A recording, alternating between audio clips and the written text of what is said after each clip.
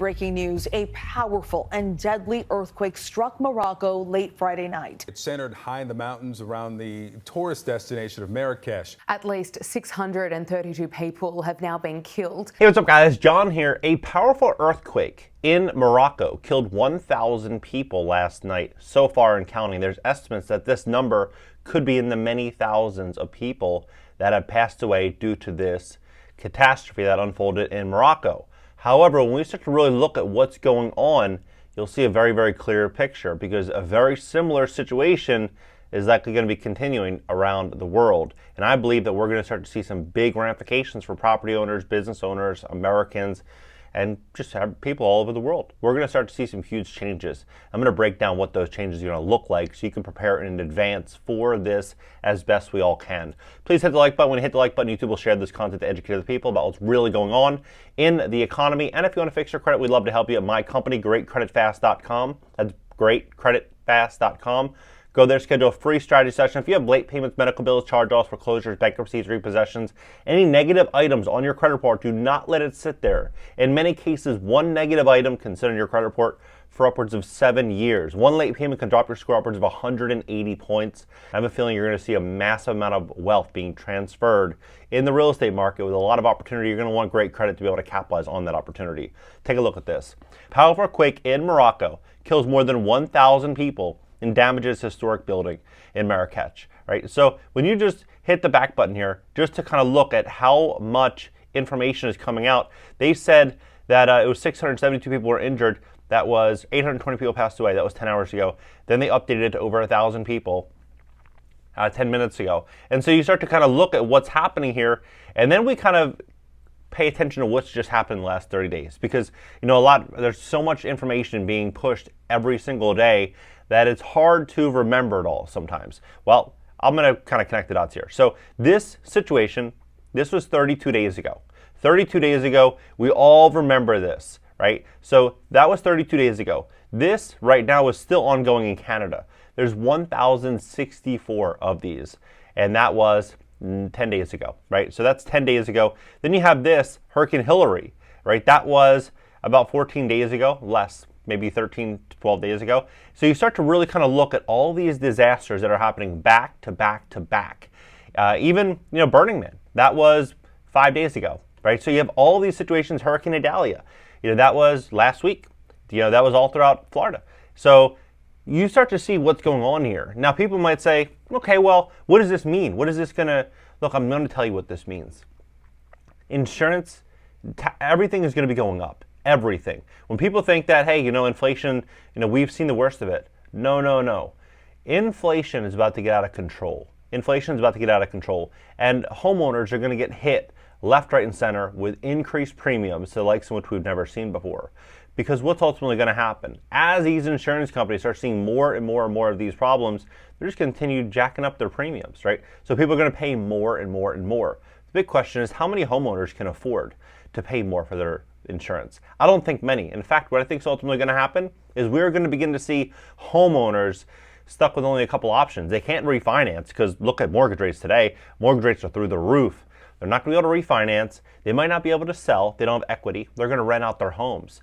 And as they're trying to rent out their homes, we look at what's going on right now. This came out yesterday. I've been talking about this on YouTube for quite some time, saying that apartment rents are going to be coming down because people are going to be more desperate. They're going to start renting out their properties. And when you start to look at this, it's shocking. So right here, rent growth nears negative territory. So basically all the gains throughout 2020, 2021, we're already starting to give it all back. And so they are saying that this is mainly attributed to all of the new housing units, saying 460,000 units are going to basically be built, and it's a 50-year high, and that's going to be the main reason. But I think that's only just a small fraction. That's only a small fraction of the problem that's going to be happening. In 2008, for example, many people thought rents increased because people couldn't afford to buy. Well, in fact, rents actually decreased 0.3%. So you had rents going down 0.3% at that time, but we have so many moving variables right now that people aren't going to rent out their homes just because they want to rent out their homes. There's going to be a variety of different people that are going to be renting out their properties. There's going to be retirees that are going to be pushed into a corner, which many of them are already. There's going to be a lot of people that can't afford these insurance premiums. There's going to be people that lose their jobs because the job market's softening and they're going to have no choice but to rent out their homes. There's going to be all these real estate developers that built all these properties thinking they're going to have buyers at 3% mortgage rates. Those buyers aren't there anymore. What's ultimately going to happen? All for rent. So as rents are continuing to come down and we're in an affordability crisis, what are people going to do? Are they going to go out there and buy a home and they're going to buy a house for, call it $500,000, put 6% down, take on a $4,500 mortgage payment per month? I don't think so. I think they're going to rent for $1,500 a month. That's what I think most Americans are going to be doing. And so as this is happening, the big question I ask is, how bad is this going to get, and what is this big picture going to look like? Because I know a lot of people are looking to invest in real estate. I'm one of them. When the market takes a really, really big turn, which I think is going to be happening very, very soon, I want to be able to go out there and underwrite risk properly. And so when you look at this is Council of Foreign Affairs, right? And so when you look at this, they say, how is this with U.S. property insurance? A stormy mix. American homeowners are already coping with extreme weather, now face a new risk. Dissipating property insurance, private companies have increasingly reduced coverage, concluding that the risk and potential losses threatened by climate outweigh probable profits. As of now, this primarily affects a handful of U.S. coastal states, including California and other states. Insurers have substantially increased the price of property insurance. But when we look at this, is their chart showing, the amount of disasters that have so far unfolded. But look at this. How are insurers responding? In the face of growing climate, private insurance companies have reassessed. Some insurers have sought to raise prices on premiums, reducing insurance affordability for homeowners, according to the California Department of Insurance. Climate-worsened wildfires have spurred insurers to seek rate increases in an amount of $8.5 billion since 2015. Since January 2022, 31 states have witnessed double-digit rate increases. 6 states saw increases of 20 to 30%. But here is very interesting. Can governments serve as insurers, right? So you're going to start to see all these new protections that are going to be coming out that I think are going to be a huge curveball to this market. And so when they scroll down here, they said, what should be done? State and local governments can do this by regulating how and where people build, reducing development in the riskiest areas, and requiring stronger building practices to improve the durability and therefore the insurability of homes. So imagine you own a home right now and you want to sell it, and now insurance continues to rise. What does that do to your home value?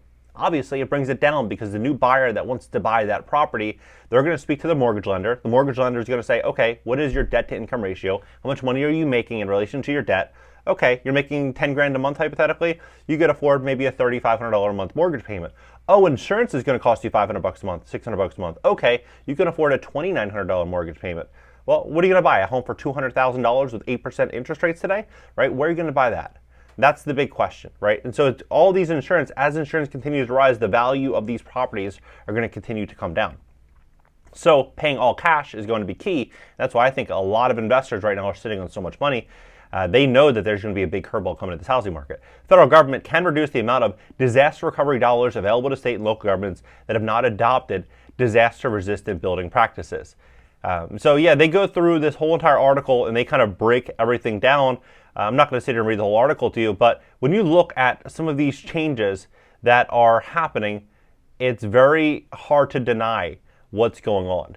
I mean, they say more than 65% of Americans own their home. And for many, their home is the most valuable asset they own.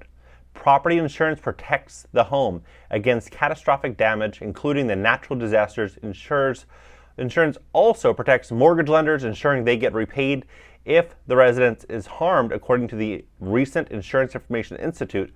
Private insurance companies charge premiums that put a price on risk. The higher the risk of the property, the higher the premium. If the risk grows too large, insurance companies can decline to write a policy altogether, or they can seek to raise the premium. Historically, insurers looked to past events to determine the risk of future damage occurring. Climate, however, has brought new unfamiliar extremes, longer heat waves that kink metal, sea level rise that overtop seawalls of flood higher winds that strewed rooftops, deeper drought that buckles asphalt driveways, and wildfires that obliterate whole communities in mere hours. So you look at this and you have to ask yourself, this situation here in Morocco, right? 1,000 people so far already passed away. And you start to look at all these other situations in just the last 30 days, As we step into this market, this new normal, how are rents going to continue to increase, right? How? They're not. You're going to see so much more inventory, and then people are just going to ask themselves, should I rent for less money or should I spend 30, 40, 50% more of my monthly living costs to own, right? Many people are not going to be able to do it. They're not going to be able to do it. They're not going to be able to offset this insurance problem that's going to be coming. And I think we're going to see tons of investors scoop in there and look to buy a property when most people want to leave the real estate market. They want to leave the real estate industry. So I think there's going to be huge amounts of opportunity in the real estate market in the coming, maybe year, 2 years. You're going to start seeing a lot more pain hit this market, probably Q1, Q2 of 2024. But you're just going to see this pain continue probably to worsen. So I think you're going to see a lot of opportunity. I think you're going to see a lot of uncertainty. And I think you're going to see things in which you would have never thought possible happen inside this market. What do you think? Drop below. Hit the like button. Have me on IG. And if you want to fix your credit, we'd love to help you. We'd love to help position you so you can get the best financing possible with the best credit score. Book a free strategy session below. I'll catch you guys in the next video.